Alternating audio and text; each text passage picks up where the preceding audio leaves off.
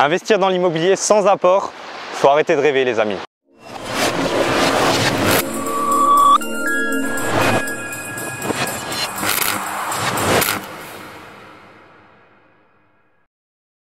Bonjour et bienvenue sur cette nouvelle vidéo. Je suis Franck, fondateur de Immomillions, entreprise où on accompagne les personnes motivées à atteindre leurs objectifs financiers et personnels grâce à l'immobilier.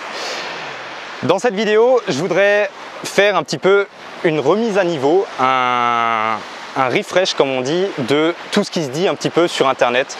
Alors comme vous le savez, sur internet on voit des vidéos, on voit des articles de blog, on voit un peu de tout en fait.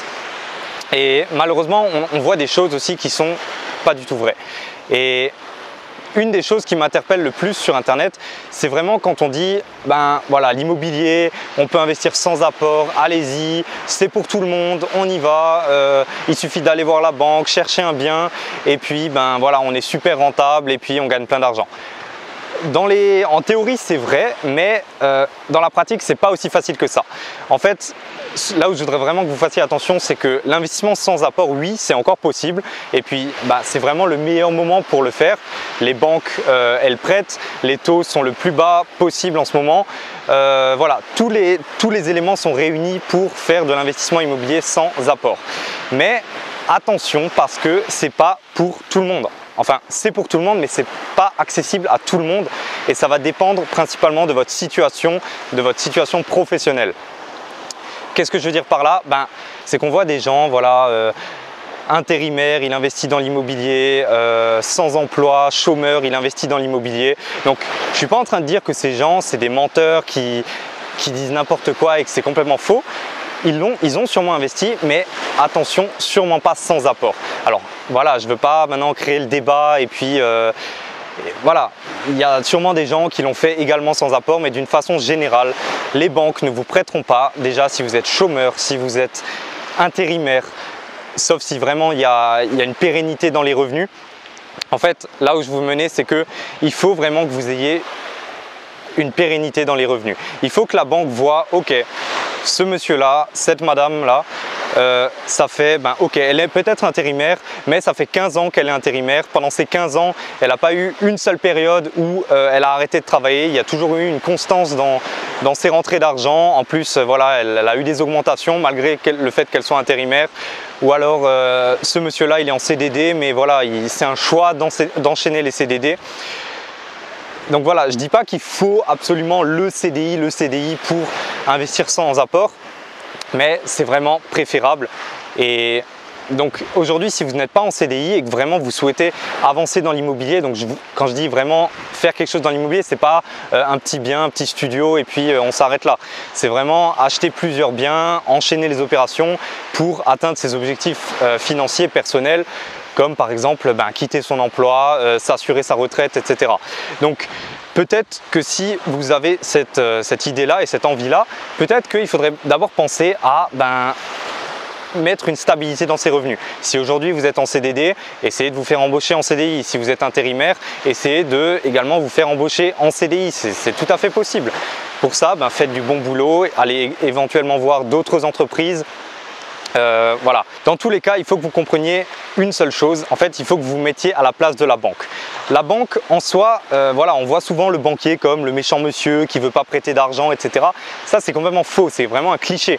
La banque en soi, elle est OK pour faire des crédits. Les crédits, ça leur rapporte un tout petit peu d'argent, mais surtout, ça leur permet de vous attirer, de tenir de nouveaux clients et derrière de vous vendre d'autres produits. Donc, en soi, la banque, elle est OK pour ça parce que c'est dans son avantage. Le seul truc, c'est que la banque, sa plus grande peur, et ça vous l'avez sûrement déjà entendu des centaines de fois, c'est de ne pas se faire rembourser. Donc mettez-vous tout simplement à la place de la banque. Si vous avez quelqu'un sans emploi qui vient, aucune épargne de côté, et qui veut acheter un immeuble à 300 000 € avec 200 000 € de travaux, ça fait un prêt à grosso modo 500 000 €. En plus, il veut emprunter peut-être les frais de notaire et tout, pas de revenus, ou alors juste le chômage à 1 500 € et ça que pendant 1 ou 2 ans encore, quand on prend la balance, le calcul est très vite fait. C'est sûr qu'ils ne vous prêteront pas. En fait, il faut que vous compreniez que la banque veut se garantir. Donc, en soi, bien sûr, elle préfère le CDI. C'est d'ailleurs avec ça qu'elle va calculer, enfin tous ces éléments qu'elle va calculer votre scoring bancaire. Donc, en soi, c'est vrai qu'elle préfère le CDI, mais elles sont prêtes à faire des petites… voilà, si aujourd'hui vous n'avez pas de CDI mais que vous êtes capable de mettre un apport, ça sera sûrement possible. Si vous n'avez pas de CDI, pas d'apport, mais que vous avez une grosse épargne de côté, que peut-être vous pouvez faire un nantissement ou peut-être que vous pouvez prendre un autre bien qui vous appartient pour le mettre en hypothèque, voilà. Il y a plein de solutions, peut-être que vous pouvez vous associer, enfin, il y a vraiment plein de solutions. Le seul truc, c'est que il faut qu'en fait, à chaque fois que vous réfléchissez en termes de « je me mets à la place de la banque, il lui faut des garanties, donc qu'est-ce que je peux lui apporter comme garantie? Comment je peux lui montrer ma bonne foi? Comment je peux lui montrer qu'avec moi, il n'y aura pas de problème, que ça va se rembourser et que la plus grande peur de la banque, qui est de ne pas se faire rembourser, ne se réalisera pas. Et en fait, le sans-apport, c'est déjà quand on dit le sans-apport, de base, ça ne sonne pas toujours très bien à l'oreille de la banque. Je vais vous expliquer pourquoi. Parce que quand on dit sans-apport, ça comprend donc qu'on emprunte, donc c'est un financement à 110% comme on dit, ça comprend qu'on emprunte le prix du bien, on emprunte le prix des travaux s'il y en a, et souvent il y en a, et on emprunte notamment les frais de dossier et puis notamment les frais de notaire. Et en fait, quand vous allez faire un crédit immobilier, la banque va se prendre une garantie sur votre bien. C'est-à-dire que soit elle va prendre un cautionnement, soit elle va poser une hypothèque sur votre bien. L'hypothèque, elle la pose donc sur le bien et ça veut dire que elle peut revendre le bien en cas de pépin si vous n'arrivez plus à rembourser ou quoi que ce soit. Si la banque prend le bien et qu'elle le revend, elle le revendra normalement au minimum au prix où vous l'avez acheté, enfin ou au maximum au prix où vous l'avez acheté. Et puis si vous empruntez un montant pour faire des travaux, normalement si vous empruntez 30 000 € pour faire des travaux et que vous faites pour 30 000 € de travaux, normalement votre bien devrait valoir au moins 30 000 € en plus. Donc sur la partie biens et travaux, elle peut se garantir. Mais les frais de notaire, c'est quoi finalement? C'est des frais qui vont en grande partie à l'État et une autre partie à votre notaire. Et ça, c'est des frais que finalement on ne peut pas réduire. Vous les payez, mais la banque ne pourra pas récupérer quelque chose là-dessus. Ça veut dire que ces frais sont tout simplement perdus. Donc quand la banque vous prête 10 000 €, 15 000 €, 20 000 € pour le notaire, elle sait d'avance que cet argent, en cas de pépin, elle ne le récupérera pas. Parce que même si elle revend le bien au prix où vous l'avez acheté, les frais de notaire ils sont perdus. Et donc voilà, le sans-apport, c'est pour ça qu'il faut vraiment se mettre à la place de la banque, montrer que vous avez les garanties nécessaires pour prétendre justement au sans-apport.